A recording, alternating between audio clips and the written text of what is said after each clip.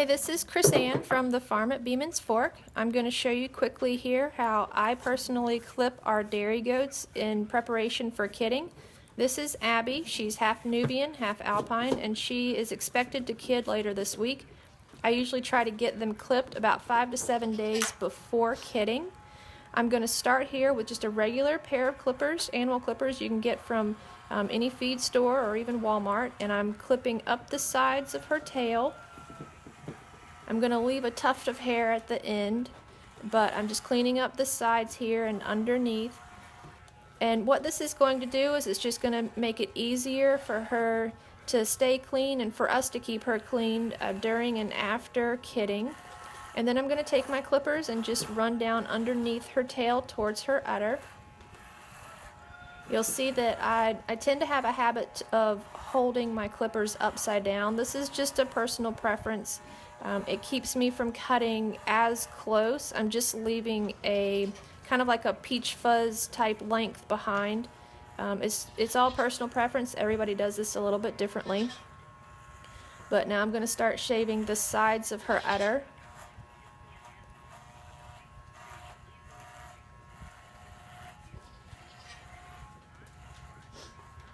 Also, while I'm clipping her udder, I'm looking for any problems or issues that I should be aware of. Over the next several days, her udder is going to continue to increase in size as she prepares for kidding. This video was taken on Sunday, and we're expecting her to kid probably Wednesday or Thursday of this week. So her udder's already starting to fill up. She usually gets a very large udder. She will provide us with 1 to 2 gallons of milk a day if we milk her twice a day. So her udder looks big now, but I'll show you a comparison picture right before she kids later this week so you can see what I'm talking about. But you can see I'm just running my clippers along and clipping off all the longer hairs. This is going to help keep her udder clean. It also is important during milking season, which starts 2 weeks after she kids. This helps me keep her udder clean and also keeps hairs and stuff from getting into the milk bucket, since we do hand milk. We don't use machine milkers. On some goats it's a little bit tricky to get in between their legs and their udder, or between their teats. Abby is very patient on the milking stand, so she doesn't mind, and we keep her shaved all during milking season from March until about November or so.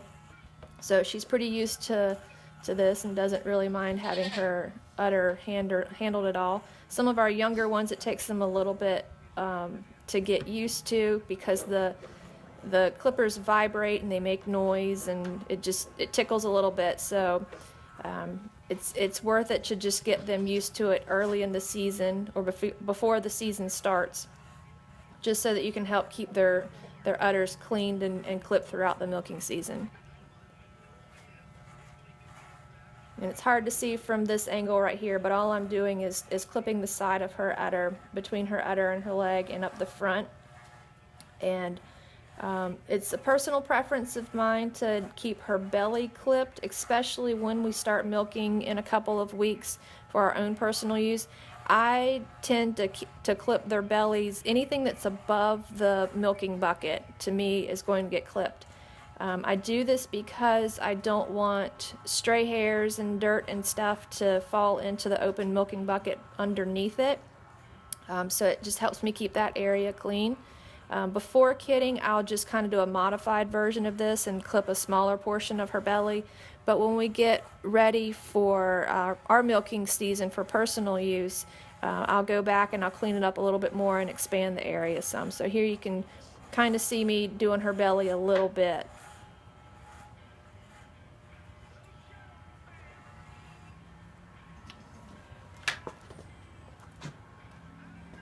Once I switch sides here, you'll get a little bit better view of what I'm referring to. Just clipping between her leg and her udder.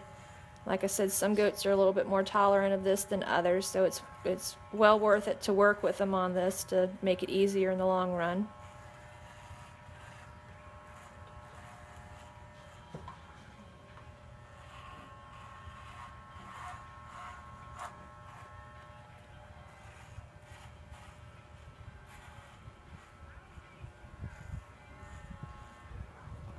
And you also want to clip their actual teats. The clippers that I have here in my hand have an adjustable blade on them, so I can move the blade shorter or longer as I'm working. You want kind of a closer cut down at the ends of their teats. And here you'll see I'm going across her belly again from this side. You can see a little bit better than when I was doing it earlier. I'm just kind of doing a modified version of it for the time being, but like I said, when our milking season begins, 2 weeks after she kids, I'll expand this area just a little bit just to make sure that I have everything that's going to be over top of the exposed milking bucket underneath her. Everything's going to be clipped, and it just helps keep the milk cleaner and helps keep her cleaner and makes my job a little bit easier.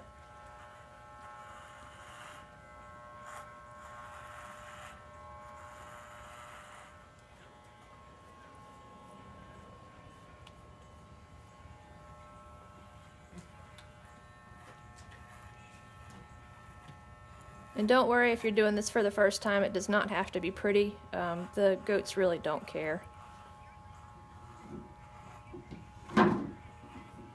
Here I'm just going through and cleaning up any hairs that I possibly have missed.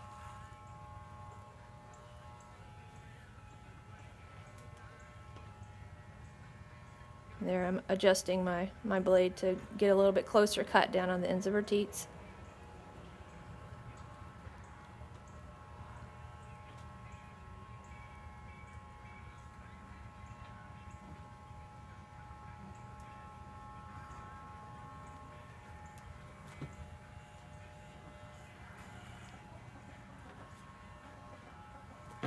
As I said earlier, Abby is very tolerant on the milking stand. I cannot tell you enough how important it is to work with your goats on the milking stand and get them used to being there.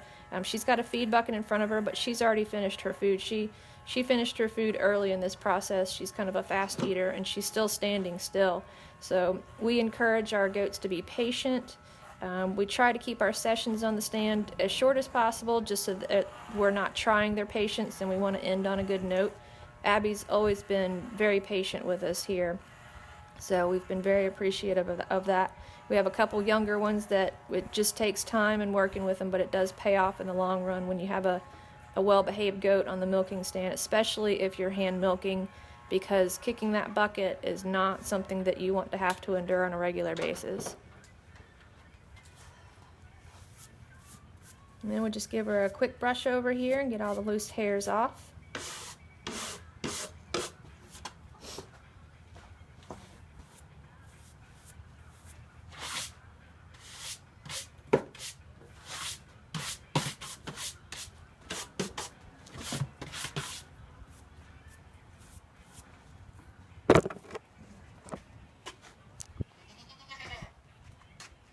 Here I'll try to show you an up-close view of what I've done. You can see that her udder's completely clipped. It's just got a peach fuzz type of length left behind, and this will help keep everything really clean. Now you can see the up-close of the tail and how much I clipped off. And underneath her belly, you can see the front of her udder and her belly, and like I said, this area will expand once we start milking. Everything that's over the milking bucket will be clipped off. And that's it. I hope you enjoyed this video. If you have any questions, let me know. You can contact me at www.beemansfork.com.